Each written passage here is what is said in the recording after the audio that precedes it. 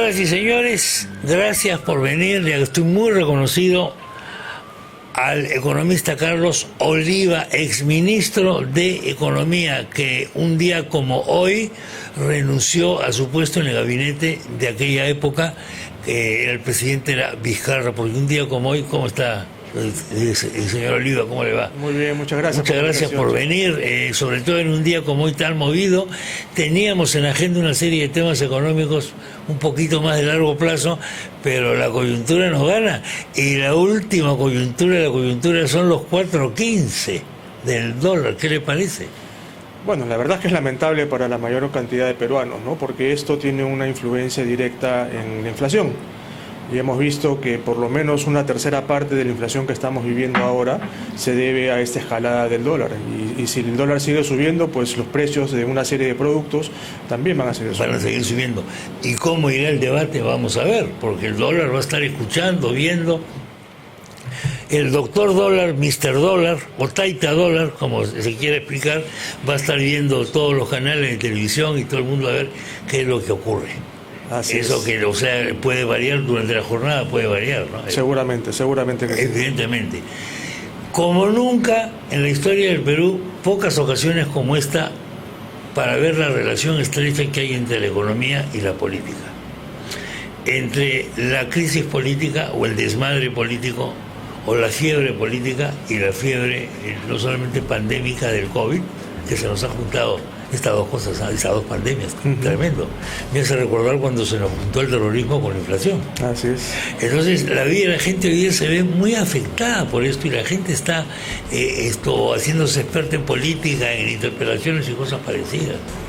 Así es muy lamentable, como decía, porque, digamos, lo peor que le puede pasar a una economía es precisamente que suban los precios y que los ingresos, ¿no?, los sueldos, los salarios, las remuneraciones que tenemos no suban a la misma velocidad. Entonces, lamentablemente, gran parte del problema inflacionario, o una parte importante del problema inflacionario se debe a este ruido político, que normalmente era asimilado, digamos, por la economía, ¿no? Hemos vivido mucho tiempo con una serie de situaciones políticas complicadas. O sea, no es la primera vez que tenemos situaciones políticas complicadas, pero en esta ocasión, y particularmente de manera insólita, como estabas diciendo, estamos viendo un efecto directo sobre el precio del dólar y un efecto consecuente sobre los precios, ¿no? Está subiendo casi todo en los mercados, sobre todo los productos que son importados, y eso le pega a la gente, pero de un día para otro, ¿no?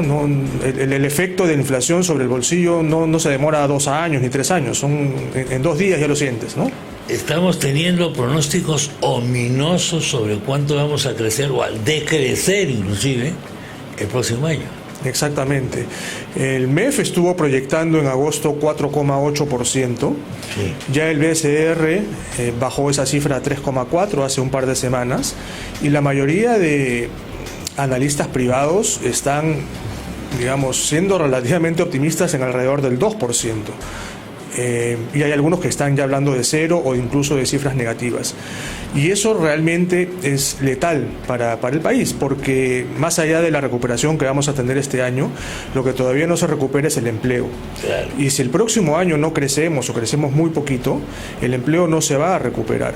Y eso, al final, el empleo nuevamente es el sueldo de la persona, es el ingreso. Y si por un lado tienes poco empleo y por otro lado tienes precios que están subiendo, tienes un dólar que está subiendo, pues reitero, es la peor combinación que puede tener la gente.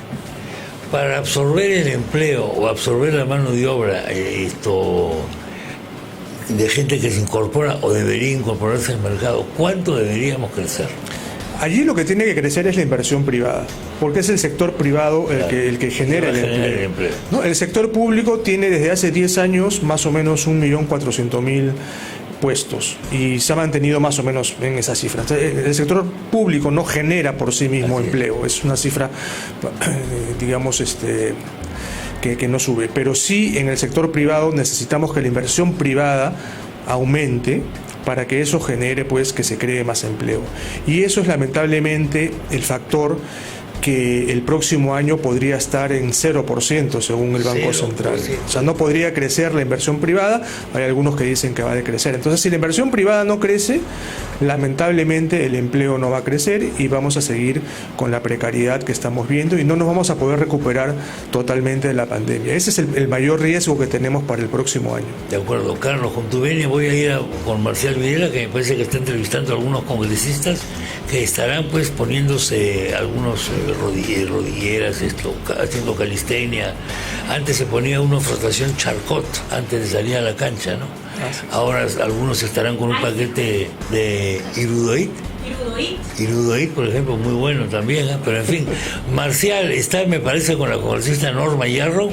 Marcial, adelante.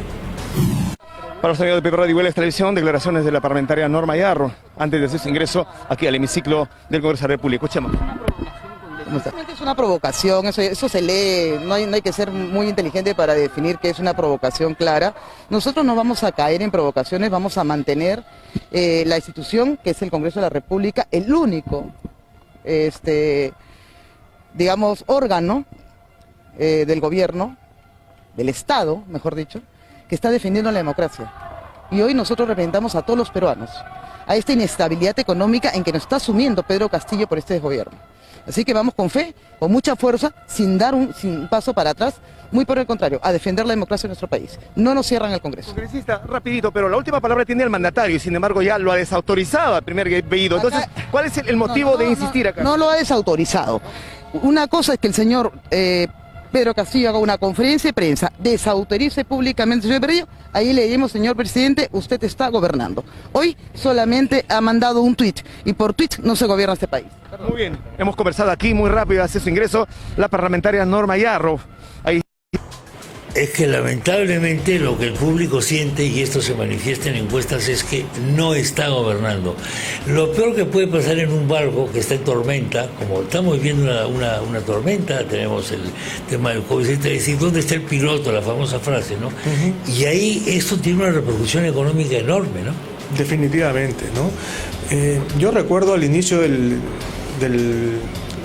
cuando el presidente Humala entró, también habían algunos desencuentros dentro del gabinete, sí, ¿no? La mitad del gabinete pensaba una cosa, la otra mitad otra. Pero a pesar de ello, yo lo viví, digamos, de alguna manera colateral.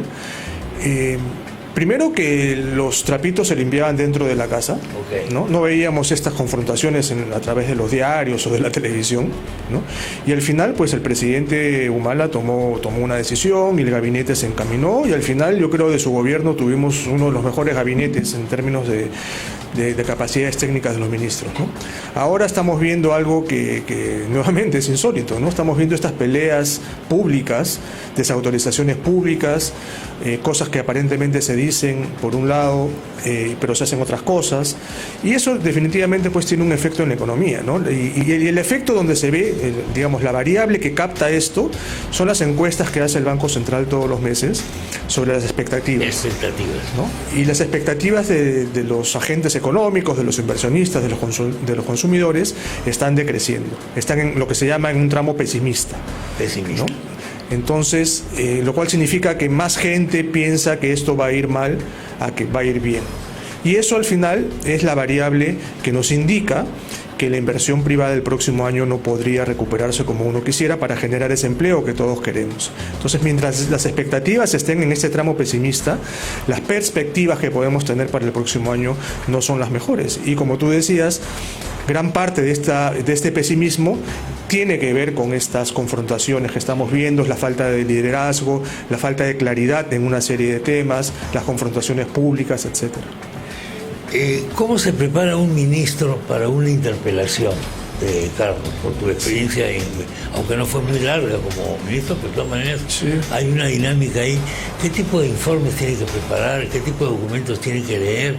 ¿Qué tipo de textos tiene asesora para hacer los textos, etcétera? Porque acá me da la impresión de que no hay nadie que lo esté haciendo ese trabajo a los ministros. Hablan de una forma completamente improvisada, o es una percepción, no lo sé.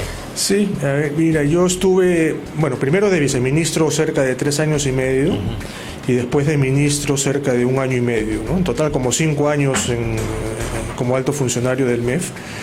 Y En esos 5 años no tocó ninguna interpelación al MEF, ¿no?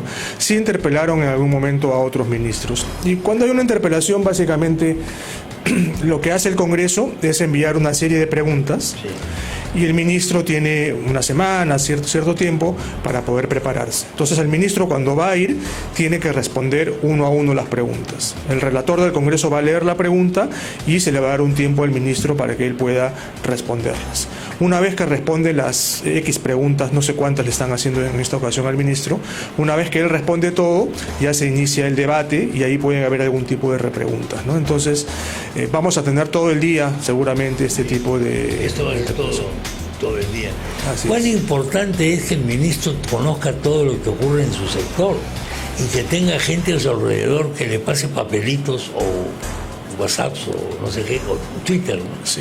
Explicándole ciertas cosas para que informe o para que su intervención sea en el Congreso sea lo menos refutable posible? Sí, él seguramente va a llevar todo por escrito, me imagino que se va a dedicar a leer las respuestas, ¿no? Pero esas respuestas sí, seguramente se le ha preparado todo su equipo y bueno, vamos a ver la calidad de las respuestas para ver cuál es la reacción del Congreso. Que sea así, veremos qué pasa. Con tu venia vamos a ir nuevamente en los alrededores del Congreso de la República. Está Alex Rivera. Alex, cuéntanos qué pasa.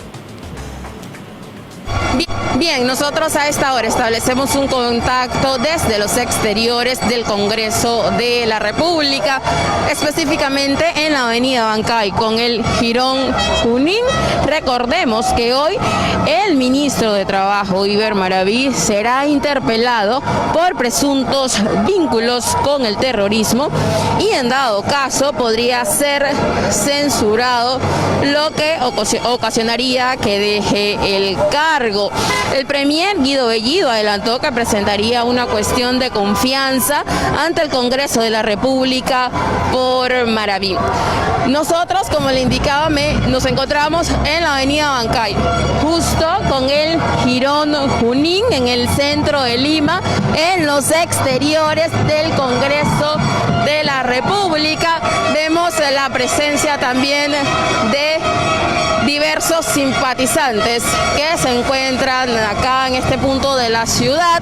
Aún no se ha cerrado completamente el tráfico en la avenida Abancay, pero sí vemos fuerte presencia de efectivos policiales, también para los que se conectan a través de PBO Radio, la radio con fe.